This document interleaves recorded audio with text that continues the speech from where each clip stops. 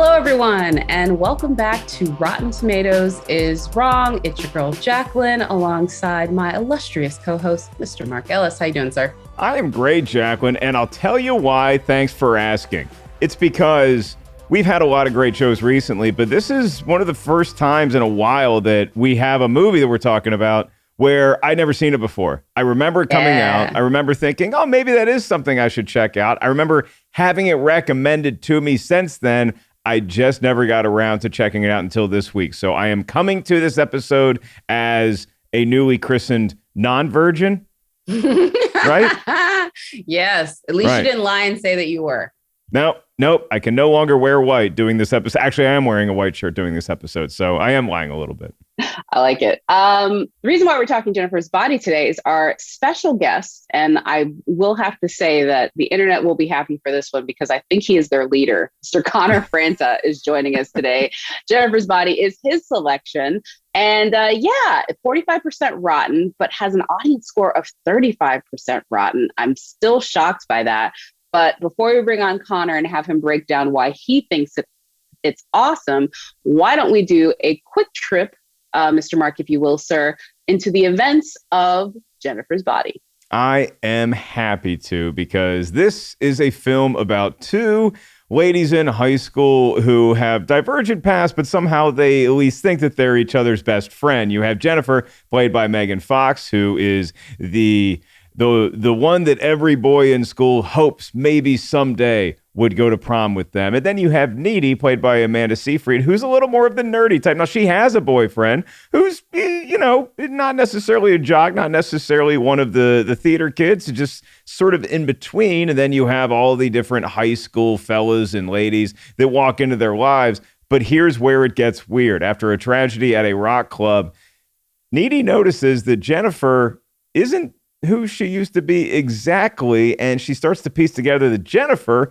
might have actually been taken over by some sort of demon implanted in her by one of the members of the club, the rock band that was playing at the club, and now all these people go missing, and it seems to be a lot of those high school boys that we just can't find anymore, and they die in these weird, grotesque ways. What is going on? Needy thinks she knows the answer, and she thinks that Jennifer is that answer. Dun, dun, dun. No, dun, it's really dun, good. Dun. Look, and with that premise, you would be so shocked to hear how much both audiences and critics really sort of gave this movie the thumbs down. But as what happens with so many things, there has been, I would say, a sort of shift in recent years. But why don't we go ahead and take a moment before we go to discuss the ins and outs and why people didn't like it, is give Tim Ryan, our review curation manager, to take us back to 2009 so maybe he can explain why folks did not agree with us about the greatness of Jennifer's Body. In a little segment we like to call 2 Minutes with Tim. 2 minutes with Tim, 2 minutes with Tim, 2 minutes with Tim, 2 minutes with Tim. Tell us what the critics were saying back then. Ooh, 2 minutes with Tim. When Jennifer's Body was released in 2009, it was largely criticized for being a horror movie with too few scares and too many zingers. But in the ensuing years, Jennifer's Body has undergone something of a critical reappraisal, with Karin Kusama's direction and Diablo Cody's script gaining new admirers for a level of subversion that many initially overlooked. Jennifer's Body is at 45% with 209 reviews and a 35% audience score. So what did the critics have to say? In a rotten review, Christy Lemire of the Associated Press wrote, "Jennifer's Body is never scary and it's only sporadically amusing." However, in a fresh review, Dana Stevens of Slate wrote, "Kusama and Cody's collaboration is a wicked black comedy with unexpected emotional resonance, one of the most purely pleasurable movies of the year so far." The Rotten Tomatoes critics' consensus reads, "Jennifer's Body features occasionally clever dialogue, but its horror comedy premise ultimately fails to be consistently funny or scary enough to satisfy." So yeah, that's Jennifer's Body. Time for me to moveon.org. Back to you, folks. MoveOn.org. Hey, Well done, Tim. I will say, well done, sir, especially with the MoveOn.org call out. But we will talk about more of the iconic lines from Jennifer's Body as we will now bring on our certified fresh guest, Mr. Connor Franta, where he will talk about his love for the film and break down his new book, House Fires. So without further ado, please have a listen to our chat Connor Franta. Our special guest today is Connor Franta. He's a multi-talented artist who got his start on YouTube and has become a New York Times bestselling author, entrepreneur, and activist. He has a new book coming out, House Fires, which functions as a conclusion to the journey of Connor outlined in his previous New York Times bestselling books, Work in Progress and Note to Self. Through his writing and photographs, Connor reflects on himself and the world during tumultuous times and seeks to provide a safe space for readers everywhere. We are going to get more into the book, but first, allow us to welcome him to the show and thank him for such a great subject. Connor, how you doing, sir? Hello. Thank you for having me. I'm doing very well. Bright and early here in Los Angeles. Same. Well, I should say bright and early for Los Angeles. I'm from Texas, so this is late. But in Los Angeles, 9 a.m. is the earliest you can do anything without people being upset. I think I'm right on that. Mark, for sure. you do early morning stuff, though. Now I do early morning stuff, which is still a trip for me to do because I wake up at like 6 a.m. and I either have to go to the radio station or I'm working out and I'm like, who am I? But it all comes back to the center of who I really am around noon when I get to take my first nap of the day, which is just the best feeling in the world. If folks, if you're listening and you're not napping out there, you got to realize rest is the best way to prevent yourself from becoming a demon one day, which is sort of the subject of the movie we're talking about. Yeah, Great segue. Oh my gosh. Serious, though. It's the only reason I'm on the show. I mean, he does it quite well. I do have to say, thank you so much for the selection, Connor. I love it when, all of the ones that we review for the most part are great, but when it's one that I'm like, oh no, I have biblical and intimate knowledge of Jennifer's Body. It's also one of the selections from our book, Rotten Movies We Love. Tell us about it. It's 45% rotten with a 35% rotten audience score. Again, I'm just so confused, but It ain't right. It's wrong. It's like, it's just not fair in any way possible. I know the world isn't, but this is wrong. And I refuse to participate in this system. I agree. It's like Jennifer's Body is one of those films where if I go on a date with somebody, I bring it up almost every time of like, I need to gauge your level of taste. If you haven't seen it, that's one thing. But if you have seen it and you don't think it's the most amazing film of all time, we have an issue. Genuinely, that is no humor there. It is true. Can someone get past that, or is it like they're really going under the 8 ball? Like, could someone like woo you if they didn't like Jennifer's Body, or is it really like this is a deal breaker? It's political. Can you really get past it? It's so funny too because like that's one of those movies where if you it's a risk to bring up on a first date because you bring it up and so many people who haven't seen the movie, because I hadn't seen it until this week. And you have that perception of how the movie was marketed, which we'll talk about later, but you think it's just going to be this sort of sophomoric boys ogling hot girls sort of movie, and it ends up turning all of those tropes on their ear. But again, if you're out on a date and you just remember the movie coming out or maybe the poster, then it needs a little bit of salesmanship to get them there. So that's a good movie. It's a nice line of demarcation to bring up if you're in a budding relationship. Most definitely. Start off with a little bit of tension. It's always great. And that poster, talk about false advertising. I've been so upset with that poster. And Megan Fox, another one of these stars that were like, yeah, we didn't treat her the best. But real quick, Connor, since it's at 45, where do you think it should be on the Tomatometer if you were going to give it a score? And why do you think it's like seminally amazing? Yeah, 45 is completely wrong. That's trash. Don't agree with that in any way. But it's obviously not a perfect film. It's not like I'm talking this is a film that everyone will love and everyone will appreciate every scene. It definitely has its target audience, hence why it's basically a cult classic at this point. So I feel like I'd be comfortable giving it more of a 90 to 92, something in there. It's not, it's not perfect 100, but I do think it is. I've never once watched that film and not had the best time of my week watching that film. It's so enjoyable to watch. I would put it in like the 80, 85 range, but still passing with flying colors. Mark, what about you? Where would you put it as a first time viewer? Yeah, I just have to thank Connor for not only being on the show, but also for getting me to finally see this movie that I have heard about how good it is and how it's nothing like it was marketed for the decade plus that it's been out. And I just never quite made it to actually seeing the flick. And I had a great time watching it. I love the way that it's horror married with comedy and it gets a little absurd. And that's the point of the movie. And these are the kind of films that I love because we just made it through the Halloween season. So there's plenty of straight horror movies you can watch. There's plenty of straight comedies you can watch. But when you can meld something and make it this distinct, then that's what I appreciate. And so I'd probably put it somewhere between the two great engineers of this film that I didn't know were at the time. Karen Kusama, who has The Invitation, and that's like 89% on the Tomatometer, which is a great film. And then Diablo Cody, who everybody probably still remembers wrote Juno, but I loved Young Adult, and that's 80% on the Tomatometer. Yeah. So I'm going to say it's right in between those two. I'm going to give it like an 85%. Thoroughly enjoyed my time with Jennifer's Body, and Molly the Wonder Dog was watching it with me, and she was awake for the whole movie. Usually never happens. So let's talk about the first time we saw it. But what about you, Connor? What was the first time you saw this? So it came out in 2009, which would have placed me, I graduated high school in 2011, so that would have placed me in 10th grade. And I believe I watched it the week, month it came out.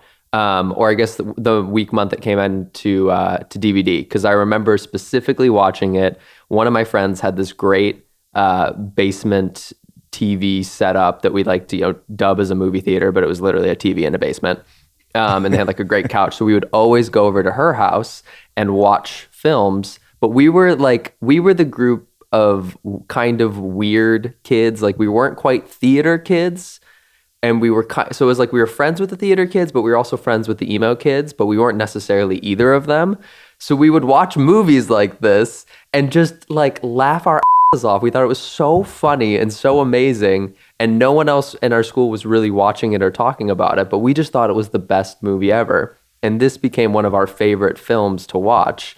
And we watched it in her basement as, high schoolers trying to figure ourselves out, and just thought it was like the greatest thing that it was ever created. And we unintentionally, fell into it. We didn't have anyone recommend it to us. We just thought, oh my God, Megan Fox being like a hot demon. Awesome. Love that. Put it on. Best casting ever. Yes. What was your favorite scene, or more importantly, what was the scene where you knew, oh, this is different? Like I am in a different movie. Like this is my tea. I'm about it. It's like it's from like the opening scenes that it's something special, and it really is a difficult film to pick like a favorite line or a favorite scene, because it just hits. It's like a perfect rhythm throughout the entire film. I didn't find that there was a lull. I didn't find there was a boring spot or an unnecessary scene. I genuinely enjoy everything. And it's because of Megan Fox's great delivery of the character and the lines. Mm-hmm. Some of my favorite lines include, "It smells like Thai food in here. Have you two been Yep. And it's fantastic. Another one is when Megan Fox is in the kitchen. She's first become a demon, and Amanda's character, it like discovers her in the kitchen eating a raw chicken, and she goes, "My mom got that from the Boston market," and she says it's so like disturbed. It's just such great delivery.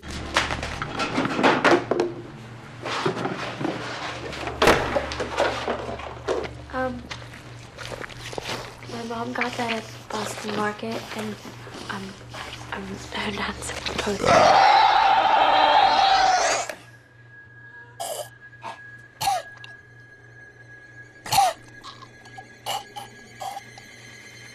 And then like the classic line of, "I'm not killing people, I'm killing boys." It's just so good. It's so memorable. It's her delivery in every line. Yeah.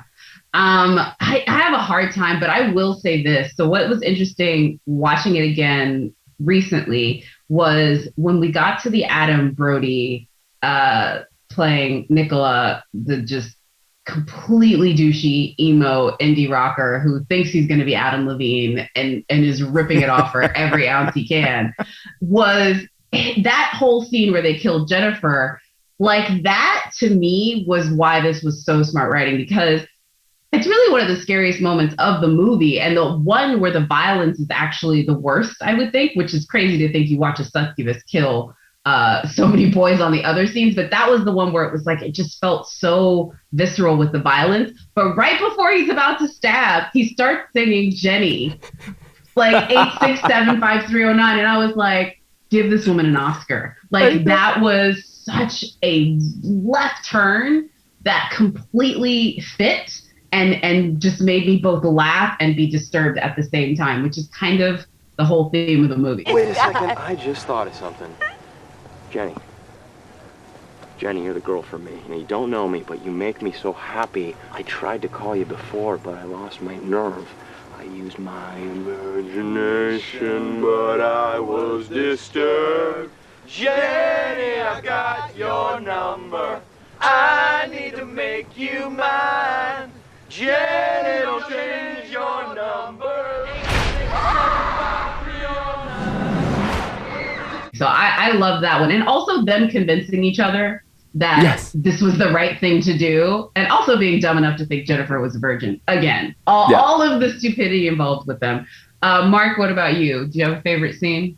Well, anytime you can work the great 80s band Tommy Two-Tone into a scene, then I'm going to be on board. But my favorite scene, because Connor and I are around the same age in terms of both of our ages are a number. I love the way that high school is portrayed, because it does remind me of when I was in high school in the late 90s, where you have all these different groups. Like even Connor, you said, okay, I wasn't quite a theater kid. I wasn't quite that. And so I was just lucky that I was kind of like the Blade of my high school. Not that I was half vampire, but I could kind of walk in different circles. And my favorite scene shows the different ways that you can handle a tragedy even in real time, because it is the scene where the rock club is burning down. And we have poor Amanda Seyfried is just like, guys, there's people dying. Should we help them? And so Needy is just so concerned. Jennifer could not care less. Like, she doesn't even notice it. And that is buoyed by the fact that Nikolai doesn't care either. And so he's like, well, you want to go make out in our van? That's kind of what groupies and rock stars do after a show. And Needy is just like, what world, what Twilight Zone am I? Where's Rod Serling smoking a cigarette to inform me that I'm in a completely different... And it's just that spell that can get cast over someone. I loved watching it. And right there and then I was hooked into what this movie was doing. Yeah, no, that is fair. It's also so interesting to see, like, the fact that Needy was literally the only person who understood any of it. The girl later in the science class, I forget her name, but she was like, kept calling Needy a lesbian because, you know, again, exactly, debatable, but very coarse for her to say that. She was like, it's on the Wikipedia. Like, they saved people. And I was like, but that was 2009. In 2009, we really did believe everything was on Wikipedia. We threw away our Britannicas and we're like, this is it now. And it's real and live. And none of it is made up or stupid. I forgot about her character. I love her character so much. She's so great. Let's be real. The, like, pseudo-lesbian teen coming of age that she thought, she's not wrong. Yeah. She's no. very much not wrong. But everyone comes to their journey on their own. Exactly. Exactly. When I was watching that movie, I thought I was straight. So I saw that line and I'm like, not me. She's not looking at the lens talking to me. I'm not a lesbian. Not I. Not in this basement. I love it. Connor, again, we've definitely talked about some other ones, but if there's any other moment or line that you want to shout out, I do feel like we can give it like at least 2 rounds of it. If there's anything else, because there's so much, and we've mostly done the beginning stuff. We haven't even talked about the second half. I know. I'm like, there are so many. I feel like one of the more underappreciated characters is, and forgive me, what's his name again? The Needy's boyfriend. Yeah, by Johnny Simmons. Yeah, he has so many great moments Chip, too, where he's just like an insecure boy, and he says some line about a Bowflex, about being like, "Mom, of course I'll be safe. I've been hitting the Bowflex," and like, it's just like his demeanor the entire film is so, because you know he's like a genuine, like a rare, genuine high school boy. Yeah. And you're like, that's really sweet to see. But he does have these like super corny moments where he's like clearly just trying to be like the cool high school boy to his girlfriend. And and him talking about hitting a Bowflex, but he's, you know, like a little toothpick. It's just, there's so many moments with him that I think are underappreciated. Mark, do you have another key moment that you liked from watching it last night? It's sort of one of those things that really first was shed the light up for me anyway when I saw Mean Girls, where it's like, oh yeah, teachers are people, and then you grow, because when you're a kid in high school, you just revere teachers, and teachers do great work and they are underpaid, but then you get to be an adult and you actually have friends that became teachers, and you're like, oh, you're just as dumb as the rest of us. You're not any smarter than anyone else. And so it's just this little scene where in the woods currently, this poor jock is getting his guts ripped out by Megan Fox, this is Jennifer, but J.K. Simmons realizes that a tragedy has happened, and all he wants to do is comfort the kids and just be that rock for them. And he hears the screams from the woods, and he just says, there you go. Let it all out. I know it's tough. But then he keeps listening. He's like, wait, what exactly is this scream? God.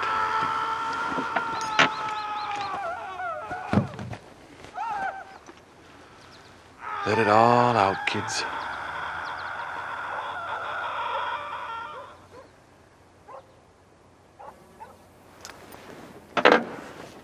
It was just one of those things where there's so many things going on with the kids in this high school, and the adults, in typical adult fashion, they may be smart, they may be successful, well-educated. They can't put a finger on exactly what these kids are feeling.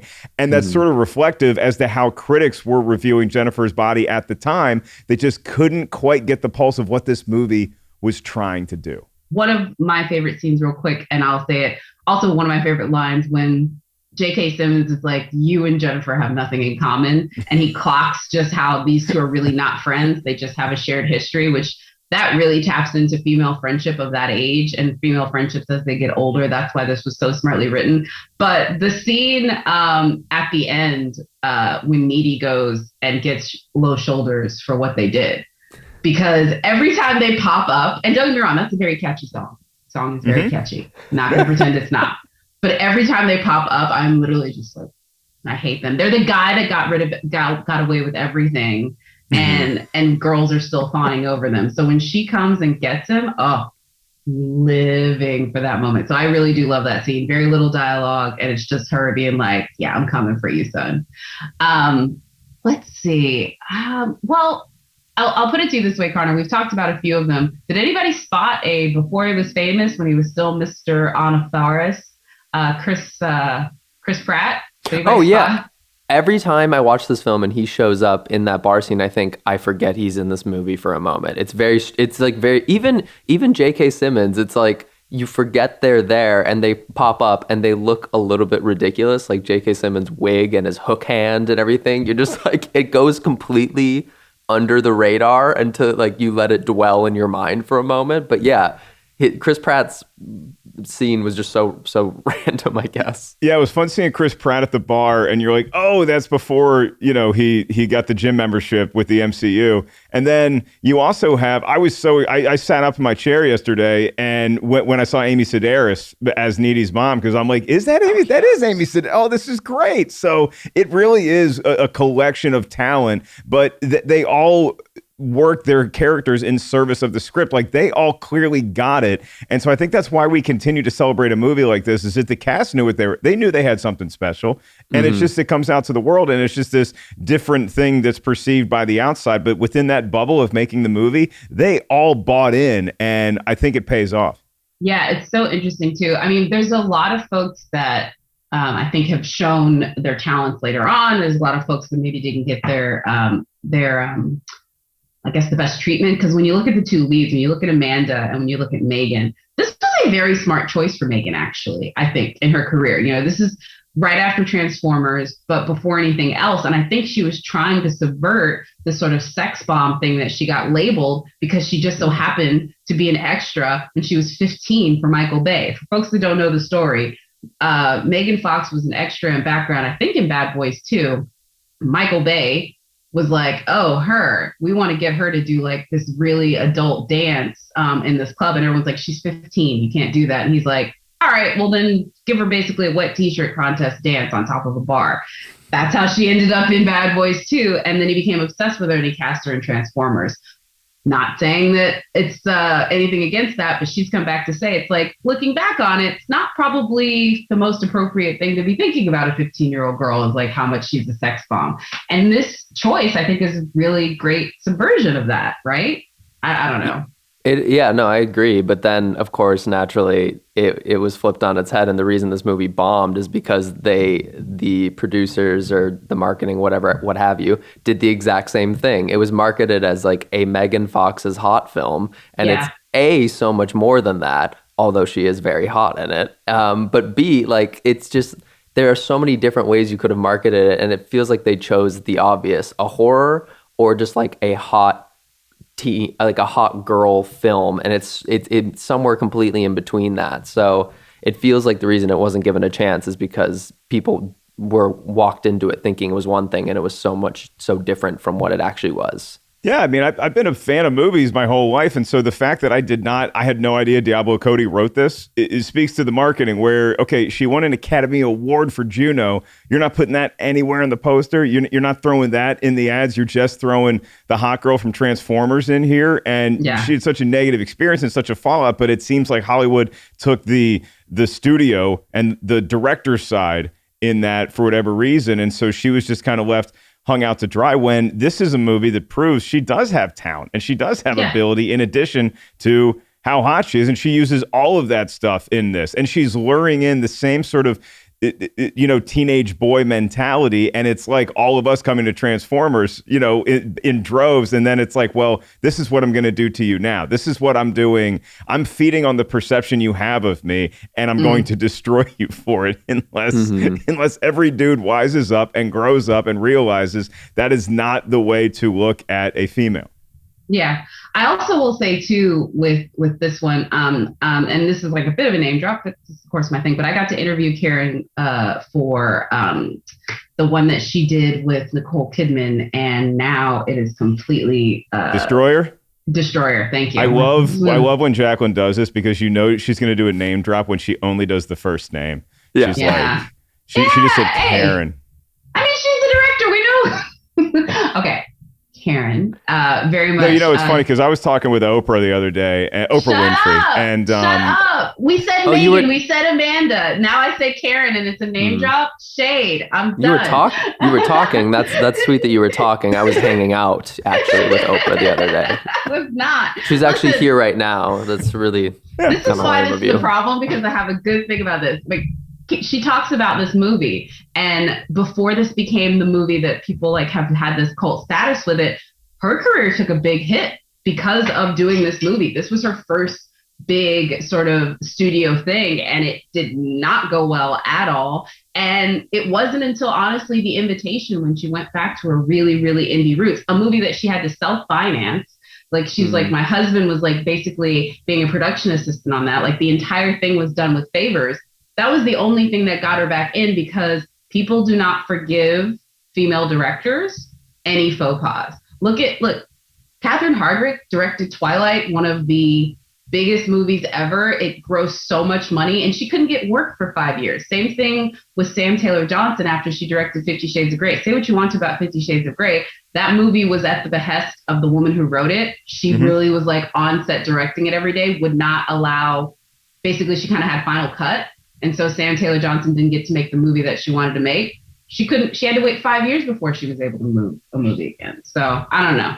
Yeah, no, it's wild. Because I mean, again, like I see, well, especially when you like reference Twilight and 50 Shades of Grey, it's like, at what point do you see something as successful then? Because like those were clearly successful. I mean, maybe they don't have great scores from critics, but that doesn't mean it's not successful. They made money. They turned heads. They made headlines. So yeah, I think it's just it's the typical patriarchy trying to put down the female population in any way possible, essentially finding the thing that they find to be wrong and then making it the headline, which was this film. I mean, apparently this film was like completely marketed only towards boys, young boys. The audience whom saw it ahead of time were only like young boys, so they were critiquing it, being like, it's not hot enough or it's not scary enough. And it's like, just that was like where you went wrong in the very beginning. It was never giving a shot before it even had a chance. It's almost like the movie was too early. It kind of came before its time, because you look at something like Get Out, which isn't. There is a lot of similar DNA with Jennifer's Body to Get Out, because you're basically telling a story as an allegory for a lot of real world issues. And with Get Out, it was marketed the way that's I had a set of expectations from the marketing of Get Out, and I walked in and those were rewarded and those were elevated. Whereas with Jennifer's Body, maybe just back in 2009, it might just be as simple as we weren't ready for it. We weren't ready for this kind of story told by these kind of characters. And so you love seeing movies like this that get a second wind and get that cult following after the fact. I will say it's nice to know that even though the movie didn't crush at the box office, I think it did like $34 million. It only cost $14 million to make, so it was still somewhat profitable. But again, that speaks to your point, Jacqueline, and yours, Connor, where it's like, okay, well, Karen Kusama made a profitable movie for a studio, shoestring budget, it made money, it was a profit of 20 mil. Where's my next movie? Oh, I got to wait 6 years to have anything else come out. That doesn't seem right. No, it definitely doesn't. But the one thing I will say too is I think it's the great thing about entertainment is everything is a snapshot. And the snapshot of what Jennifer's Body was in 2009 is completely different now. And there have been so many folks, not just, Connor, who's I think been leading the charge in his own life, but there's been so many, I would say, oral histories. When the anniversary came up, the film was out like it was a premiere again. And I think that is more interesting. And the thing that came out when the anniversary came is Megan Fox says she wants to do a TV show. Connor, are you signing up for Jennifer's Body TV show? I'm so conflicted because of course I'll give it a shot, and I'll support my fave to the very end. But sometimes I think that it's great just to like tie a bow around it and let it be. And I think it's getting better with time, and it's aging really well, that you almost just let it be. I mean, they tried to do a Heathers reboot and look how that went. Facts. Heathers? Yeah, they did. I watched one episode and it really hurt me, and it made me feel like those guys are like, you're ruining my childhood. So I pretended it didn't happen anymore. Yeah, that's fair. That's fair. I mean, if you would ask me when I was a kid, do I want a show based on this movie? I love Teen Wolf. I'd say hell yes. But I actually have no basis if the MTV Teen Wolf show is good or bad. There's a Scream show too, I think, that they were doing for a little bit. Yeah. So, but Jennifer's Body, it seems like there's a lot of fun we can have in a world like that, where maybe if Megan Fox returns as Jennifer, it could be a different role, could be one of those now. She's the adult, she's one of the teachers. She could be J.K. Simmons. I'm not sure how they would want to frame it, but it would be an interesting experiment, because now the world has proven that it is ready for a story like this. So can we just do the same story that we did in 2009 as a TV show? I would say it's a worthwhile experiment, but I'm also pumped because Megan Fox is going to be kicking ass in Expendables 4. So, we get some good news, and there's another Expendables movie, kids. Yes. Look, and Megan Fox is what, 36, 37, maybe 38 now, and literally is winning every red carpet that she's on and seems to be living her best life, honestly. So I think I'm excited to see what her next chapters are. Because I can definitely see her as one of these people who sort of says some women really age into what they're meant to be. And I could definitely see that for her. You know what I mean? I could see a lot of her, I used to be the hot girl, but I'm going to do something different and fun and really sort of turn that on its head. There's a movie right now by Sean Baker called Red Rocket that stars Simon Rex. I'm so excited to see it. Very much the same thing. There's a reason why Simon Rex worked for that, because he used to be Simon Rex, and so casting him now in this, it's just the perfect casting. I want to see Megan Fox's version of Red Rocket. I'll put that out there. I agree. It's like even like comparing to Twilight, like we did before. I'm excited to see Kristen Stewart and Spencer. I am excited to see Kristen Stewart do something that's completely out of her wheelhouse, and in a realm that I didn't think she'd ever go into, but I knew that she could. And I know that Megan Fox will inevitably do something like that. But if she does things like Jennifer's Body again, happy to support that as well, happy to whatever her dream is for herself, I'm there for it. Where does Low Shoulder rank on y'all's all-time movie bands list? It's up there. That tune is pretty catchy. I mean, it's not as good as Teenage Suicide, Don't Do It, or That Thing You Do, but it's up there. That It's Thing up You Do is there. a good call. It really is. I would always go back to Eddie and the Cruisers, but I feel like Low Shoulder is climbing the list just because I found that song as the perfect song that a small town would use to rally around and get around a tragedy like this. Fun fact, can y'all name that there was an actual rock star that they approached to play the role of Adam Brody? They might have just had informal talks. Do you know who the rock star is who could have had that role that Adam Brody had? I think the research would tell me, but I don't know. Go ahead. Yeah, who is it? You're just assuming I'm just a monkey that reads research, Jacqueline. I have my own thoughts, but yes, this is from the research that Mark Hoffmeyer did. Thank you, Mark. I know Mark would tell us this. So What is it? The answer is Pete Wentz from Fall Out Boy. They were, I think they were considering, but then Fall Out Boy had like a massive world tour, and Pete, I think, was probably not sure what the movie was going to be, and not sure if he wanted to play a character like that. And so I understand the hesitancy, but Adam Brody, perfect time for him to be playing a role like that, and I think it holds up well. Yeah. Oh, without a doubt. Yeah, it's one of those where I'm glad they didn't have too many familiar faces at the time in the movie. Like if they would have had that, I think it would have taken me out of the universe in some way. So I think this was a perfect semi lookalike kind of that worked exactly like it. He really sold it. Like he sold that he was an indie in an indie rock band just trying to make it in this small town bar. It's fantastic. It's like every cliche. Every cliche. So sort of sum it up, I think when we sort of like, it's not even closing this chapter on Jennifer's Body, because again, it's had so many since 2009.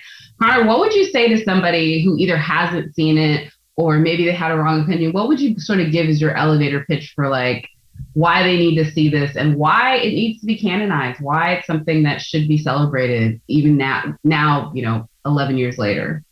I think first and foremost, I would repitch it that, again, people don't understand that it's a dark comedy. It's not quite a horror, and it's not quite a full-on comedy. Like, a lot of the jokes are so subtle. A lot of them are very, the words are crafted in a way that, like, if you get it, you get it. And if you don't, I feel sorry for you. So I would go into it with that mindset of, like, you're not necessarily going to be scared, but if you allow yourself to fall into the ridiculousness that is all of these cliches, you'll have an absolute amazing time. But then also, like, it's a beautifully written, beautifully filmed piece of work as well. So go into it thinking like you're going to see such a stylized director kind of beginning their journey. And I think just give it a shot and fill up a bowl of popcorn. You're going to have a good time. Yeah.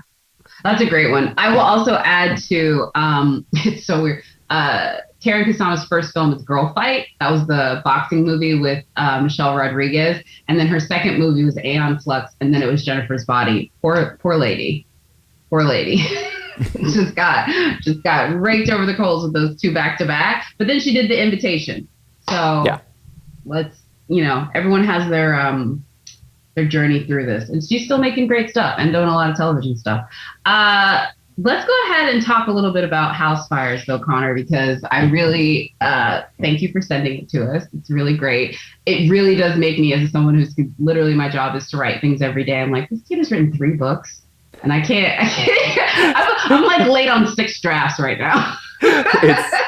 It's a labor of love. It should have been more appropriately called Bar Fires. Now that we're talking about it. Yeah, I was going to say you kind of transition right from Jennifer's Body. Yeah. And to Jacqueline's point, I'm equally impressed and amazed because Connor, some of us start out doing YouTube and we're like, okay, I've done that's enough for this life. But you were just able to take that creativity and fuel it into tomes that really speak to me. I love the way House Fires sorts of it paints every experience that we've all had, because we like to think about our life in terms of highlights, like what would our Instagram feed be, but it really is the other stuff that you go through, the pain and some of the suffering and the tragedies in our life, the misconnections that we have that inform how we look at the world. And so it was one of those things that I remember hearing like in the 90s, Michael Jordan talking about after he retired from the Bulls, where it's like, it's not all about the shots that you make, it's about the shots you miss.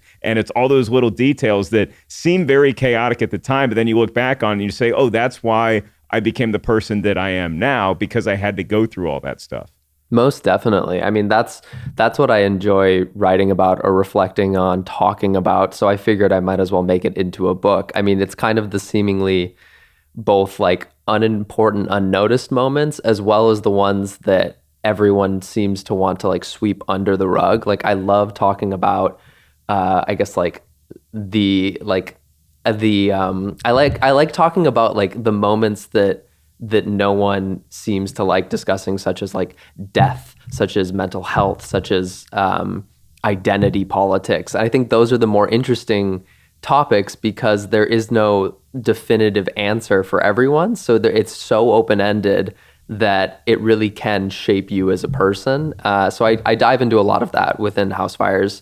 And, you know, it's called House Fires essentially because I find those moments of questioning one's reality to be, in a way, a burning down of a house and then building up into another house of who you are in that moment. And you burn yourself down and then you build yourself up again. And like that can be seen as tragic, but I think it's more of like beauty and poetry of how we go through this strange thing that we call life.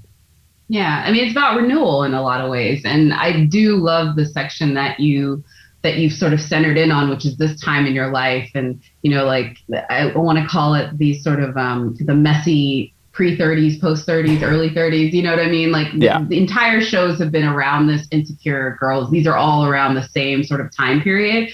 But putting it in book form, I'm just curious, when you finished your second book, was the thought that this was going to be a trilogy? Was there a moment of sort of like, I need to sit back down and sort of start this next story because I feel like there's stuff to be said, or was it always planned out?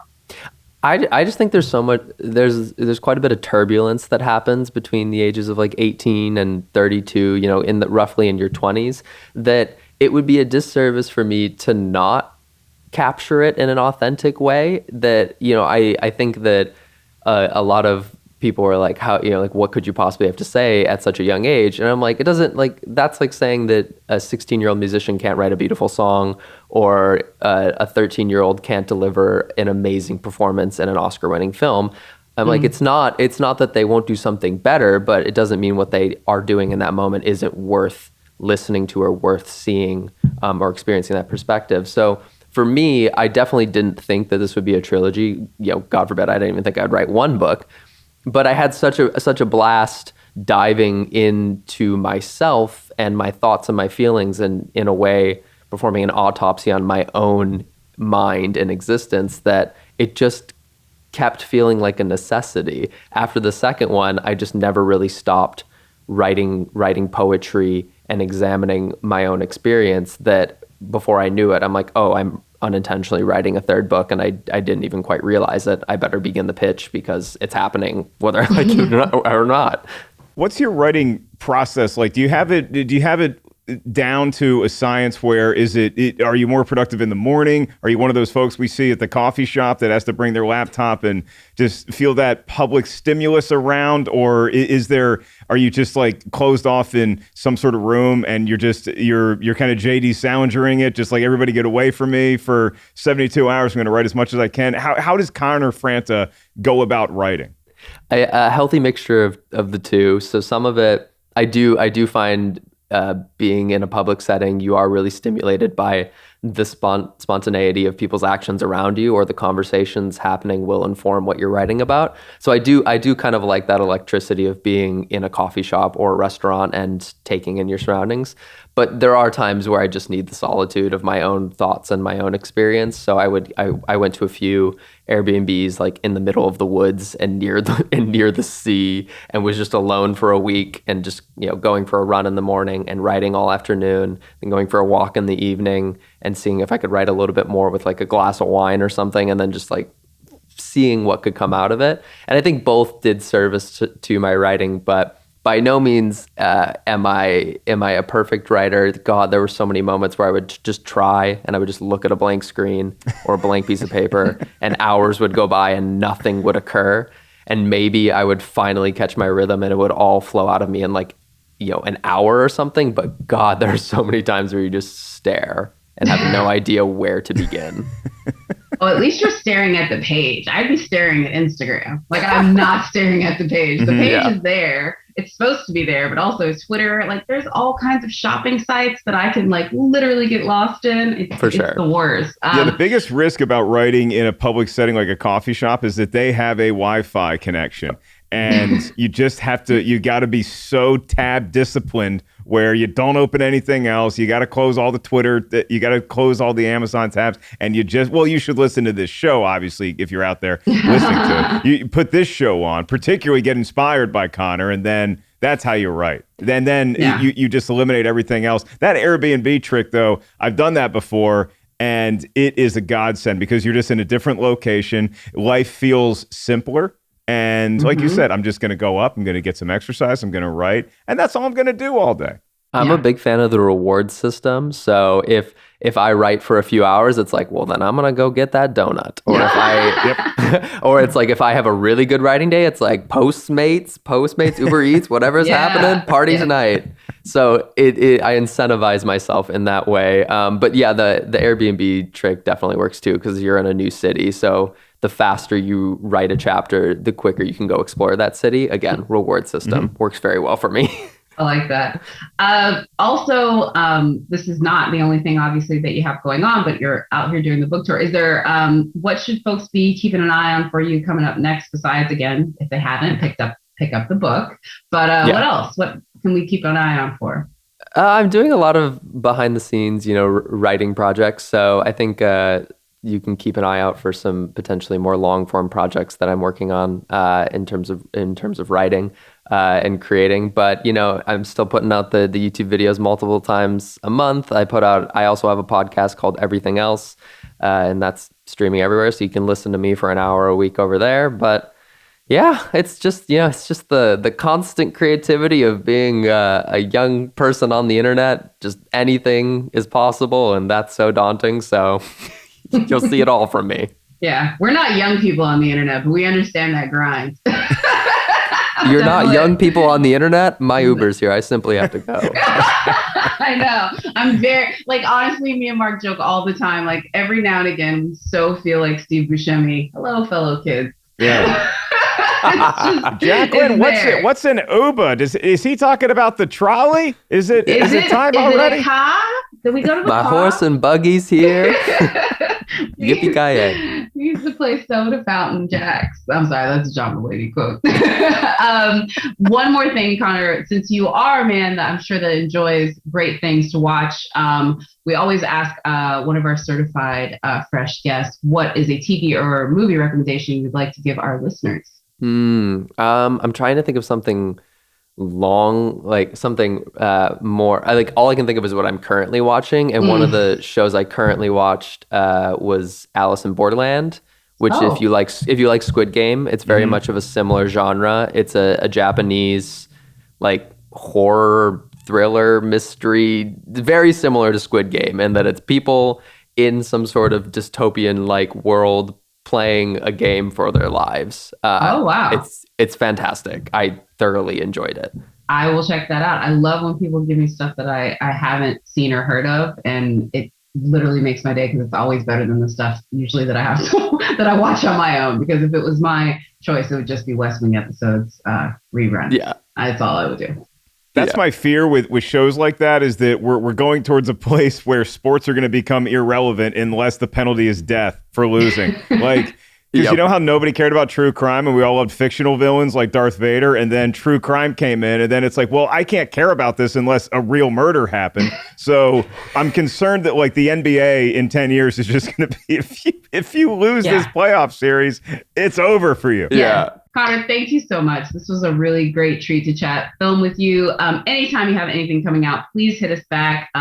We'd love to have you back for anything you want to promote, sir. Thank you for having me. I use Rotten Tomatoes all the time. So I was like, yep, immediate yes. It's like a genius concept for a show. So I was thrilled. So thank you for having me.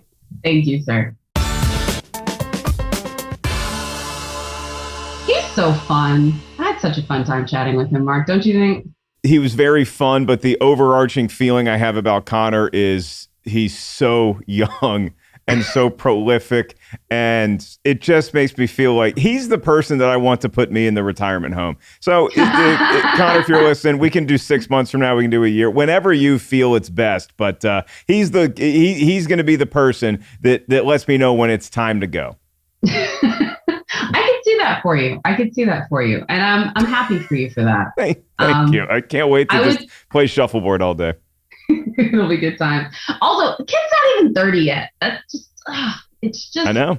I know what I was doing during that time, and it was definitely not writing New York Times best-selling books, but that's why we have folks like him around to sort of make us feel guilty about our wasted adolescence and have hope for the future. We've had a lot of fun recently. Connor Franta, another great guest in the Hall of Fame of certified fresh ketchup crew members. So let's just keep the train rolling. This has been fun. And again, I love when I get to check out movies I'd never seen before. So Jennifer's Body, I will ask about it on any future first date that I go on, scarce though they may be. That is self-regulation right there, sir. We'll have to pick up that topic for another week. But I want to remind folks again, email us at rtiswrong@Rotten Tomatoes. And don't forget to rate, subscribe, and tell your friends. We've had an incredible run of late. The podcast has been doing so well, and we know it is all because of you guys. So thank you so much, and we'll see y'all next week.